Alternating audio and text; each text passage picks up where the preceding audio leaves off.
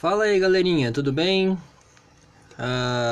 Resolvi fazer esse vídeo ao vivo devido a algumas perguntas, né, que eu andei recebendo de uma galera aí que de certa forma me acompanha. Agradeço essas pessoas por acompanharem os meus conteúdos. Geralmente são jogos, né? A turma aí já tá até acostumada. E andaram perguntando para mim sobre essa questão da prisão em segunda instância e etc e tal, qual que é a minha opinião sobre isso, né? Bom, antes de entrar no mérito de falar sobre o porquê que eu apoio, né, a prisão em segunda instância, é importante ter um conhecimentozinho sobre processo, né? E o processo, ele tecnicamente, ele tem, de uma forma assim, bastante simples e bastante resumida, né? Ele tem praticamente duas fases. A fase de instrução e a fase de execução, né? A fase de instrução é onde você junta todos os elementos, principalmente na área penal, tem que existir dois elementos, né? Materialidade e autoria. E deixar evidente para o juízo, mediante as provas, poder decidir, né, se a pessoa se torna réu e vai ser culpada, ou se ela vai ser absolvida, inocentada, né? Pois bem, na fase de instrução não se discute sobre certos temas, como por exemplo a prisão. Ela pode acontecer? Pode. Se, por exemplo, o acusado for uma pessoa perigosa, uma pessoa que ofereça risco a um número, principalmente a um número indeterminado de pessoas, ela vai acontecer na fase de instrução. Terminada a fase de instrução e prolatada a sentença, né, aí começa a fase que as pessoas comumente falam e comentam entre si, que seria a fase dos recursos. Não que eles não aconteçam já na fase de instrução, eles acontecem também, mas ali começa a apelação, embargo, aí pode ser declaratório, dentre outras coisas, né, para tentar discutir vícios de mérito, etc e tal. No entanto, quando você vai entrar com um recurso, por exemplo, de apelação, o objetivo desse recurso de apelação é levar para a instância superior, supondo que comece em uma vara de primeira instância, né, ressalvado os foros privilegiados, né, para rever a questão do processo, se tem nulidade, se houve abuso de direito, se houve agressão ao devido processo legal de alguma forma, né? E esse mérito, ele geralmente ocorre por meio de um órgão colegiado, geralmente por 3 desembargadores, né? E a partir da confirmação da sentença que aconteceu ali, já não se discute mais mérito, já não vai mais rever o processo. Você vai verificar a partir dali nulidades e coisas que geralmente afrontem direitos constitucionais. Então pode sim chegar no STF, né? Se por um acaso afrontar alguma garantia ou algo nesse sentido. No entanto, né, não se discute mais sobre as provas, não se discute mais sobre a convicção do juiz, não se discute mais sobre aquelas questões processuais de instrução, ok? Você só vai discutir depois ali, basicamente, eu falo basicamente porque 90% dos recursos vão tentar atacar isso, nulidade. Nulidade é a única forma de você reverter uma sentença que já foi confirmada em uma instância superior. Por que eu estou falando instância superior? Para não usar a palavra segunda instância, porque nem todo processo começa na vara criminal, na vara civil, que seria a primeira instância, ok? Então por que eu apoio a prisão após a confirmação em segunda instância? Porque você não vai discutir mais mérito, a pessoa já é culpada. No processo penal, principalmente, além de atacar a nulidade, vai tentar atacar a dosimetria da pena, né? Por quê? Para tentar reduzir o tempo apenado ao réu. Até então aí ele já virou réu, né? E por uma questão de depois progressão de regime, né? Então, para ver se já cumpriu alguma preventiva, algo do tipo, para descontar essa prisão, basicamente da pena máxima ali atribuída, né? E ver se já passou um sexto, ou se já cumpriu o disposto legal ali, para ele poder progredir de regime, sair, por exemplo, do fechado para ir para o semiaberto ou para o aberto de vez, né? Então, dito essa questão processual, por que eu apoio a questão, sob a minha ótica, da confirmação em segunda instância, da prisão após a confirmação em segunda instância? Porque a pessoa já é culpada, ela não é mais inocente. A presunção de inocência ela vai reduzindo gradativamente durante a fase de instrução, a partir das evidências que vão se juntando ali no processo, né? Que vai atribuir culpa para aquele acusado. Evidenciada a culpa, ver que ele realmente é ele é realmente um criminoso, né? Vamos usar uma palavra mais comum, ele vai ser preso. A grande questão é, lá na Constituição, depois de uma emenda constitucional XPTO aí da vida, ninguém será preso após o trânsito em julgado, né? Então ninguém vai cumprir pena após, senão o trânsito em julgado da sentença. Então essa é a grande questão, essa é a brecha legislativa que estão tentando balizar para tentar fundamentar a rediscussão dessa questão, né? Então, o que vai acontecer? Supondo que o STF mude o seu posicionamento, porque mesmo na vigência deste instituto, né, vamos dizer assim, ele dizia que era constitucional, até então diz, né, até ainda hoje está dizendo que é constitucional a prisão em segunda instância, a partir da confirmação em segunda instância. Ok. Aí ele vai revisar, né? É claro que tem um viés político aí, né? É direcionada essa revisão, a gente já até sabe para quem, né? Não vou entrar no mérito de citar os nomes aqui, mas tem viés político. Lembrando que as pessoas que compõem o STF, em sua grande maioria, foram ali postas, né, pela pessoa que eles querem beneficiar e os seus correlatos ali, né? Só que não vai ser o único impacto. Vai ter toda uma gama de outros condenados que já cumprem pena, que são perigosíssimos, né? E que vão, a partir daí, se beneficiar dessa brecha, desse precedente que eles vão, então, eles pretendem, né, instituir,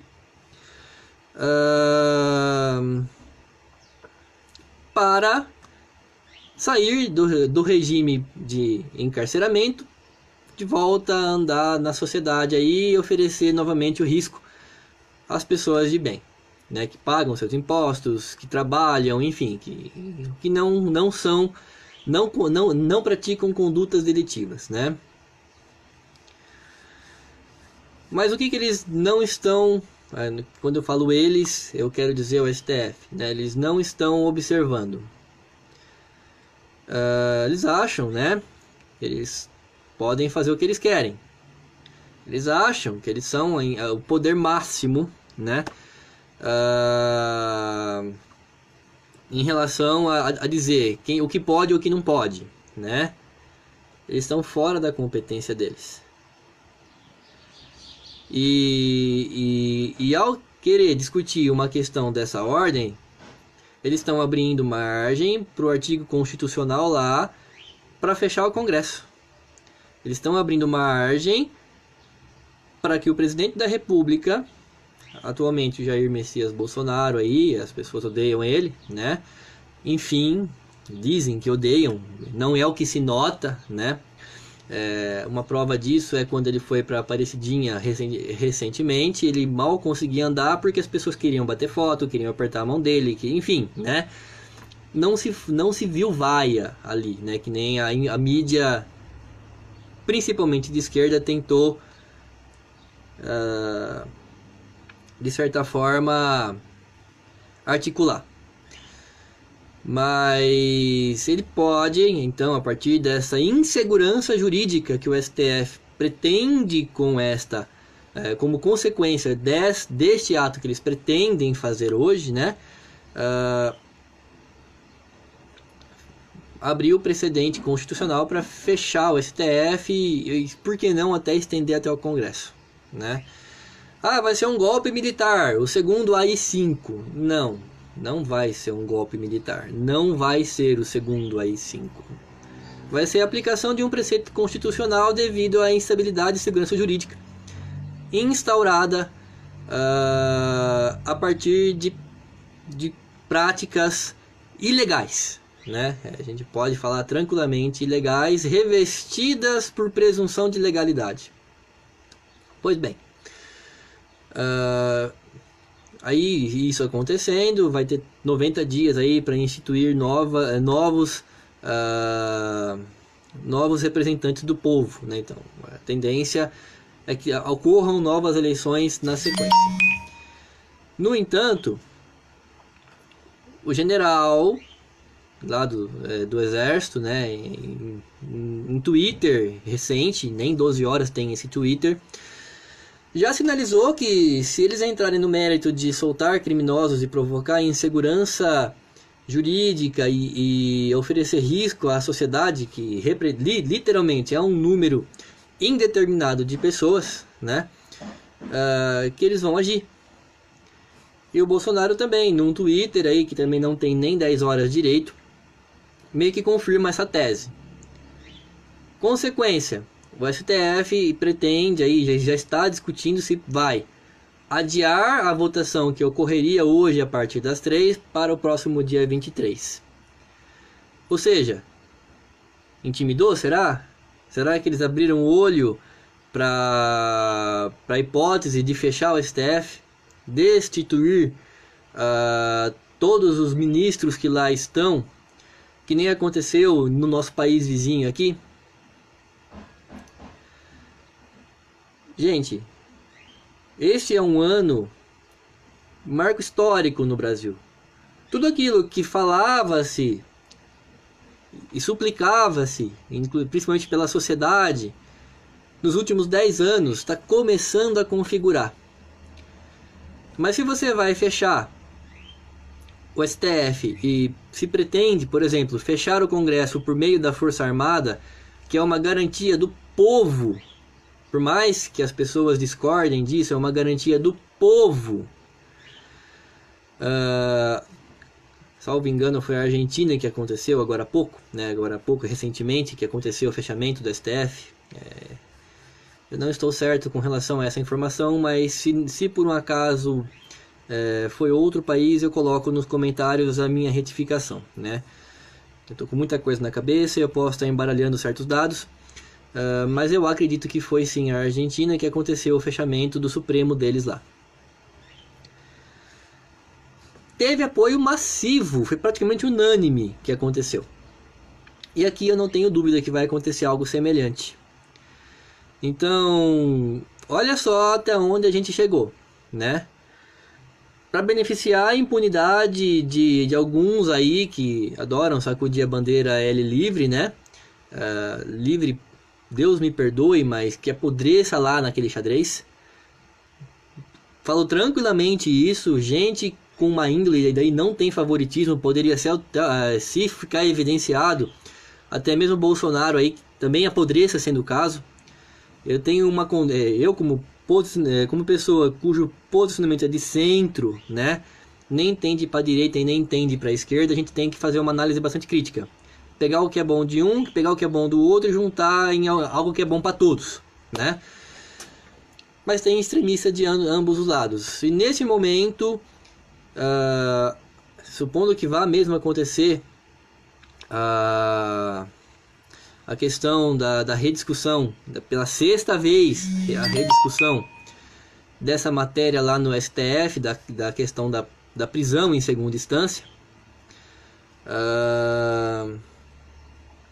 e acontecer de falar que não pode prender, eu mentalizo que o próximo ato vai ser uma comoção do povo, dizendo que é isso, né, que vai sustentar uma legitimidade para que a turma da direita ali use o preceito constitucional para fechar o STF e na sequência fechar o Congresso. Isso é bom para o país? Neste momento, supondo que tudo isso se configure, eu entendo que sim. Vai ser um jeito imediato de você varrer os corruptos. Literalmente varrer, né? Vai ter luta armada? Talvez da militância que não concorde, né? Da militância da mamata, né? Que quer continuar mamando na teta, né? Mas a outra militância que quer ver o fim da impunidade vai dar total apoio, né? Enfim, espero ter esclarecido a questão processual com relação à segunda instância. Eu entendo que o STF já devia ter pacificado isso há muito tempo. Vai ser a sexta vez que eles querem discutir isso. É constitucional, eles não devem, não é que eles não podem, eles não devem mudar este entendimento. E qualquer coisa que vá contra senso a esta linha de raciocínio configura claramente para beneficiar bandido, do conluio deles mesmo, ok? O que demonstra que o STF não é sério. Vai ficar evidente que o STF não é sério e que eles vão estar literalmente legislando para benefício deles mesmos e das pessoas que convêm a eles, né? Uma Suprema Corte, a gente pode falar inclusive dos Estados Unidos, jamais isso aconteceria. Jamais, né? Eles têm uma corte histórica lá de mais de mais de 150 anos, vamos para não falar mais de 200, né? A República lá dos Estados Unidos, ela tem quase a mesma idade que a República Brasileira desde a sua primeira Constituição, né? No nosso caso, virou República mesmo a partir de 1890, que foi quando tirou aí removeu-se o quarto poder até então, que era o poder do imperador, né? E ficou somente com os três poderes, que é o que se mantém até hoje. Então eles não devem, em hipótese nenhuma, mudar esse entendimento. E já está sinalizado qual vai ser a consequência se por um acaso eles fizerem isso. Se eles não cumprirem a função constitucional deles, que é essa, que é garantir que a Constituição não seja rasgada, não seja quebrada, como aconteceu, por exemplo, lá no processo de impeachment. 2 pesos e 2 medidas, no caso da Dilma. Quando foi o Collor, ele perdeu a elegibilidade e ele foi empichado. Quando foi a Dilma, ela foi empichada, mas ela não perdeu a elegibilidade dela, o que é um absurdo, né? Então, vem cá. Não está óbvio o suficiente, né? Respondendo uma das principais perguntas, né, que me foi direcionada. Se não está tendo excesso da parte das agências, vamos dizer assim, de quem está revestido do poder de polícia, né, para ir buscar aprender, não está tendo excesso, está tendo cumprimento, e dessa vez de uma forma que está quase isonômica, né? Por que eu falo quase? Porque ainda tem muito privilégio para quem tem isso aqui, né, e para quem tem influência. Mas está caminhando para tentar chegar numa paridade aí, a mesma pena ser aplicada tanto para quem tem poder aquisitivo, para quem também é mais humilde, né? Em mesmo peso, não ficar como aconteceu evidente no processo de impeachment da presidente Dilma, né? Da ex-presidente Dilma, corrigindo, perdão, que ela deveria ter também perdido a sua elegibilidade. Ela não perdeu, ela continuou sendo uma pessoa elegível, mesmo tendo sido empichada, o que faz uma afronta ao preceito constitucional lá no rol dos artigos 50 e tarará. Bom, gente, obrigado aos que me acompanharam aqui, né? Depois eu vou fazer o download desse vídeo e vou colocar também no meu canal do YouTube. E eu preferi usar o Facebook, a live do Face, porque eu consigo ficar mais visível para um número maior de pessoas, né? Então, sim, eu apoio a prisão em segunda instância, assim como o STF por 5 vezes já confirmou, é constitucional. Eles não devem de forma nenhuma mudar esse entendimento, e qualquer coisa que vá contra isso, vai ficar claro que é para beneficiar o conluio deles ali, né? Então, por não se discutir mais mérito a partir da segunda instância, por se discutir apenas quantidade de pena, nulidade, dentre outras coisas, que é extremamente difícil de reverter a pena, né? A prisão em segunda instância é legítima. A partir da segunda instância é legítima. Todos os países de primeiro mundo seguem essa linha de entendimento. Tem países que inclusive aplicam a partir da primeira instância, que não vai esperar o julgamento na segunda instância. É tão absurdo isso de esperar todos os recursos esgotarem, que se isso realmente fosse um entendimento não somente para o Brasil, mas para os países que aplicam as suas penas propriamente dita, teria que esperar 2 anos após o trânsito em julgado da última pena, que seria do último recurso, vamos dizer assim, né, e da sentença que foi dada, para poder só então aplicar a pena. Por que 2 anos? Por causa da ação revisória, que ela tem um lapso temporal de 2 anos após o trânsito julgado da sentença, que é o último dos recursos, que é o que pode reverter a eficácia de uma sentença com o trânsito em julgado, é essa ação revisória. Então, não dá, fica inaplicável qualquer condenação se isso realmente for acontecer ipsiliteris, ao pé da letra. Não. A hermenêutica jurídica diz que aponta para o trânsito julgado do mérito, né? Então, o trânsito julgado, os recursos que discutem mérito, acabou, aplica a pena. Ok? Muito obrigado para vocês que estão assistindo aí. Forte abraço para vocês. E vamos acompanhar aí para ver se vai realmente acontecer hoje a discussão a partir das 3 lá no STF, ou se eles vão colocar uma pedra pro dia 23 aí. Um abraço.